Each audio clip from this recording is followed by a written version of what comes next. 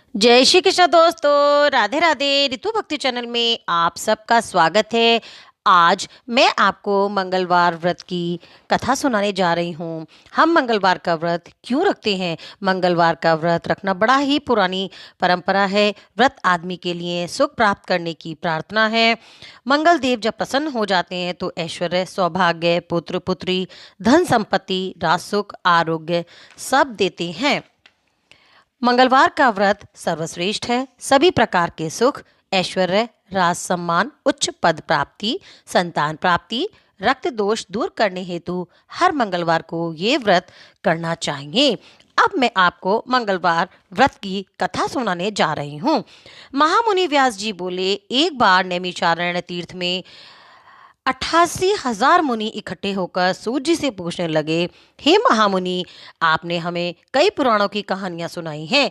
आप कृपा करके हमें ऐसा व्रत और उसकी कथा बताएं जिसके करने से संतान प्राप्ति हो तथा मनुष्यों के रोग शोक, अग्नि, सर्प, दुख आदि का डर दूर हो। कलयुग में सभी जीव आत्माओं की आयु बहुत कम है। इस पर यदि उन्हें रोग चिंता के दुख लगे रहेंगे तो फिर वे श्री हरि के चरणों में अपना ध्यान कैसे लगा सकेंगे? इस पर श्री सूत जी ने कहा, हे मुनियों, आपने लोक कल्याण के लिए बहुत ही अच्छी बातें पूछी हैं। एक बार युधिष्ठिर ने भगवान श्री कृष्ण से लोक कल्याण के लिए यही सवाल किया था। दोनों के संवाद में आपके सामने कहता हूँ, ध्यान देकर सुने। हस्तिनापुर की राजसभा में उस समय योगीराज श्री कृष्ण बैठे हुए थे। तब युधिष्ठिर ने उनसे प्रश्न किया, हे प्रभु नंदन नंद गोविंद, आपने मुझे बहुत सी कहानियां सुनाई हैं। आज कृपा करके कोई ऐसा व्रत या कथा सुनाए जिसके करने से मनुष्य रोग, चिंता तथा भय से मुक्त हो तथा उसे पुत्र की प्राप्ति हो सके। हे प्रभु, बिना बेटे के मनुष्य का जीवन व्यर्थ है, वह नरकगामी होता है। पुत्र के बिना मनुष्य पिता के ऋण से छुटकारा नहीं पा सकता और ना ही वह पुण्यान से उद्धार पा सकता है। अतः पुत्रदायक व्रत बतलाएं। इस प्रश्न पर भगवान श्री कृष्ण ने कहा, हे राजन, मैं एक प्राचीन इतिहास सुनाता हूँ, आप उसे ध्यानपूर्वक सुने। कुंडलपुर नामक एक नगर में नंदा नामक एक महाबुद्धिमान ब्राह्मण रहता था। उसका गुजारा जैसे तैसे चल जाता था, परंतु वह बहुत दुखी रहता था क्योंकि उसके कोई संतान नहीं थी। उसकी पत्नी सुनंदा पतिव्रता थी। वह श्री हनुमान जी की आराधना भक्ति पूर्वक करती थी। मंगलवार के दिन व्रत करके अंत में भोजन बनाकर हनुमान जी को भोग लगाने के बाद वह भोजन प्राप्त करती थी। उस दिन मंगलवार को घर के काम की अधिकता के कारण वे हनुमान जी को भोग लगाना भूल गई। इसका उसे बहुत दुख हुआ। उसने खुद भी भोजन नहीं किया। उसने प्रण किया कि अब मैं अगले मंगलवार को हनुमान जी का भोग लगाकर ही अन्न जल ग्रहण करूंगी। अब ब्रह्माणी सुनंदा प्रतिदिन भोजन बनाती, श्रद्धा पूर्वक पति को खिलाती, परंतु स्वयं भोजन ग्रहण नहीं करती थी और मन ही मन श्री हनुमान जी की आराधना करती रहती थी। इसी तरह 6 दिन तक वे अपने प्रण के अनुसार भूखी प्यासी निराहार रही, परंतु 7वें दिन मंगलवार को वे सुबह ही बेहोश होकर गिर पड़ी। इसका प्रभाव श्री हनुमान जी पर भी हुआ।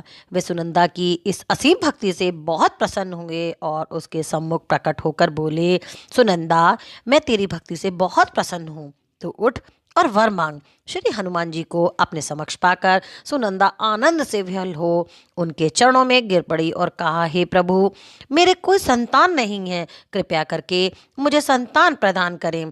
तेरी इच्छा पूर्ण होगी, तेरे यहाँ एक कन्या उत्पन्न होगी, उसके अष्टांग प्रतिदिन सोना दिया करेंगे। इस प्रकार वर देकर श्री हनुमान जी अंतर्ध्यान हो गए। सुनंदा बहुत खुश हुई। उसने ये समाचार अपने पति को बताया। ब्राह्मण देव कन्या का वरदान सुनकर कुछ दुखी हुए, परंतु सोना मिलने की बात सुनी तो बहुत खुश हुए। विचार किया कि ऐसी कन्या के साथ मेरी निर्धनता भी समाप्त हो जाएगी और फिर श्री हनुमान जी के आशीर्वाद से सुनंदा गर्भवती हुई और 10वें महीने में उसने एक सुंदर सी कन्या को जन्म दिया। यह कन्या अपने पिता के घर में ठीक उसी तरह से बढ़ने लगी जिस प्रकार शुक्ल पक्ष का चंद्रमा बढ़ता रहता है। 10वें दिन ब्राह्मण ने उस बालिका का नामकरण संस्कार कराया। कुल पुरोहितों ने उस बालिका का नाम रत्नबाला रख दिया। इस कन्या ने पूर्व जन्म में विधि विधान से मंगलदेव का व्रत किया था। पुत्री रत्नबाला का अष्टांग प्रतिदिन बहुत सा सोना देता था। उस सोने से नंदा ब्राह्मण बहुत धनवान हो गया। ब्राह्मणी सुनंदा भी बहुत अभिमानी हो गई। समय बीतने के साथ रत्नबाला 10 वर्ष की हो चुकी थी। एक दिन सुनंदा ने नंदा ब्राह्मण से कहा, मेरी पुत्री रत्नबाला विवाह की योग्य हो गई है, अतः कोई योग्य वर देकर उसका विवाह कर दे। अभी तो रत्नबाला बहुत छोटी है, नंदा ब्राह्मण ने कहा। तब ब्राह्मणी ने कहा, शास्त्रों की आज्ञा है कि कन्या 8वें वर्ष में गौरी, 9वें वर्ष में रोहिणी, 10वें वर्ष में कन्या और इसके पश्चात राजस्वला हो जाती है। गौरी के दान से पाताल लोक, रोहिणी के दान से बैकुंठ लोक, कन्या के दान से इंद्रलोक में सुखों की प्राप्ति होती है। हे पतिदेव, अगर राजस्वला का दान किया जाता है तो घोर नरक की प्राप्ति होती है। अभी तो रत्नबाला केवल 10 वर्ष की है। मैंने तो 16-16 साल की कन्याओं के विवाह कराए हैं, अभी जल्दी ही किया है। नंदा ब्राह्मण ने कहा, आपको लोभ अधिक हो गया है। अगर 11वें वर्ष में कन्या का विवाह नहीं होता है तो उसके मासिक धर्म के रक्त का पिता और बड़े भ्राता को पान करना पड़ता है। शास्त्रों में कहा गया है कि यदि माता पिता और बड़ा भाई राजस्वला कन्या को देखते हैं तो वे नरकगामी हो जाते हैं। सुनंदा ने कहा। नंदा ब्राह्मण ने कहा, ठीक है, मैं कल योग्य वर की तलाश में अपना दूत भेज दूंगा। दूसरे दिन ब्राह्मण ने दूत को बुलाया और कहा, मेरी कन्या जैसी सुंदर है वैसा ही सुंदर वर उसके लिए तलाश करो। दूत स्वामी की आज्ञा पाकर वर खोजने के लिए निकल गए। बहुत से नगर घूमने के बाद उसने पंपई नगर में एक सुंदर ब्राह्मण युवक को देखा जिसका नाम था सोमेश्वर। दूत ने इस सुंदर और गुणवान ब्राह्मण पुत्र के बारे में अपने स्वामी को पूर्ण विवरण दिया। ब्राह्मण नंदा को भी सोमेश्वर अच्छा लगा और एक शुभ मुहूर्त में विधि पूर्वक सोमेश्वर को कन्या का दान करके पति पत्नी दोनों संतुष्ट हो गए। इन दोनों की शादी से ब्राह्मण नंदा सोच में पड़ गया। उसके मन में तो लोभ समाया हुआ था। उसने रत्नबाला का कन्यादान तो कर दिया था, परंतु वे बहुत खिन्न था। उसने विचार किया कि रत्नबाला अब ससुराल चली जाएगी, इससे जो सोना मुझे मिलता है वे आगे नहीं मिलेगा। मेरे पास जो धन था कुछ तो उसकी शादी में खर्च हो गया और जो शेष बचा था वे भी कुछ दिन के बाद खत्म हो जाएगा। मैंने इसकी शादी करके बड़ी ही भूल की है। उसने विचार किया कि अब कोई ऐसा उपाय करूं कि रत्नबाला मेरे घर में ही बनी रहे। लोभ रूपी राक्षस ब्राह्मण नंदा के दिमाग पर छाता सा जा रहा था। रात भर शैया पर करवटें बदलते बदलते उसने एक क्रूर निर्णय ले लिया। उसने विचार किया कि जब रत्नबाला का पति सोमेश्वर उसे अपने घर वापस ले जा रहा होगा तो वे मार्ग में उसका वध करवा देगा और अपने पुत्री को अपने घर वापस ले आएगा, जिससे नियमित रूप से उसे सोना भी मिलता रहेगा और समाज का कोई मनुष्य उसे दोष भी नहीं दे सकेगा। सुबह हुई। नंदा ब्राह्मण और उसकी पत्नी सुनंदा ने अपने दामाद तथा पुत्री को बहुत सारा धन देकर विदा कर दिया।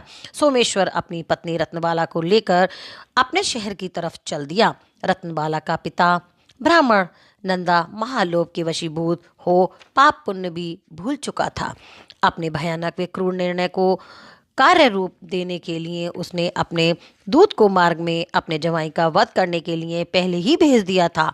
दूत मार्ग में छिपकर बैठ गए और जैसे ही सोमेश्वर उसके पीछे स्थान पर पहुंचा, ब्राह्मण दूत ने सोमेश्वर का वध कर दिया। इसके पश्चात उसने ये समाचार ब्राह्मण तक भी पहुंचा दिया। अपने दामाद के वध का समाचार प्राप्त कर नंदा ब्राह्मण उस जगह पर पहुंचा और रुदन करती अपनी पुत्री से बोला, पुत्री, मार्ग में लुटेरों ने तेरे पति का वध कर दिया है। भगवान की इच्छा के आगे किसी का कोई वश नहीं चलता। अब तू घर चल, वहां रहकर ही शेष जीवन व्यतीत करना। जो भाग्य में लिखा है वही होता है। रत्नबाला अपने पति की अकाल मृत्यु से बहुत दुखी हुई। रुदन करती हुई वे अपने पिता से बोली, हे पिताजी, इस संसार में जिस स्त्री का पति नहीं है उसका जीना व्यर्थ है। मैं अपने पति के साथ ही अपने शरीर को जला दूंगी और सती होकर अपने इस जन्म को, माता पिता के नाम को तथा सास ससुर के यश को सार्थक करूंगी। पिता अपनी पुत्री के वचनों को सुनकर अवाक रह गया। वे विचार करने लगा कि मैंने व्यर्थ ही दामाद वध का पाप अपने सिर लिया। रत्नबाला अपने पति के साथ अपने प्राण तक देने को तैयार है। मेरा तो दोनों तरफ से मरण हो गया, धन तो अब मिलेगा नहीं। जमाई वध के पाप के फलस्वरूप यम यातना भी भुगतनी पड़ेगी। यह सोचकर वह बहुत दुखी हुआ। रत्नबाला के पति स्वर्गीय सोमेश्वर की चिता बनाई गई।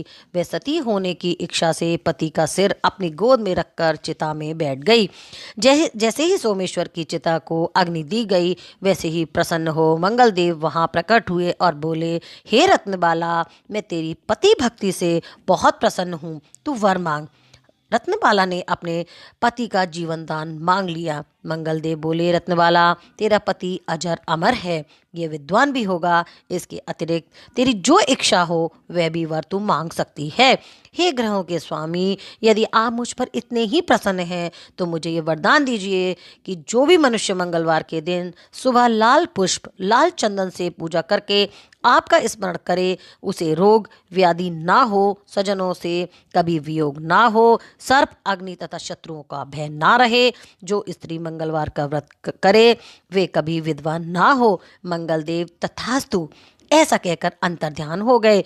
उन्हीं की कृपा से सोमेश्वर जीवित हो उठा। रत्नबाला अपने पति को पुनः प्राप्त कर बहुत प्रसन्न हुई। सोमेश्वर अपनी पत्नी को लेकर अपने शहर को चला गया। इसके बाद वे दोनों पति पत्नी प्रत्येक मंगलवार को मंगलदेव का व्रत करने लगे और उनकी कृपा से इस लोक का सुख ऐश्वर्य भोग कर अंत में स्वर्गलोक को गए।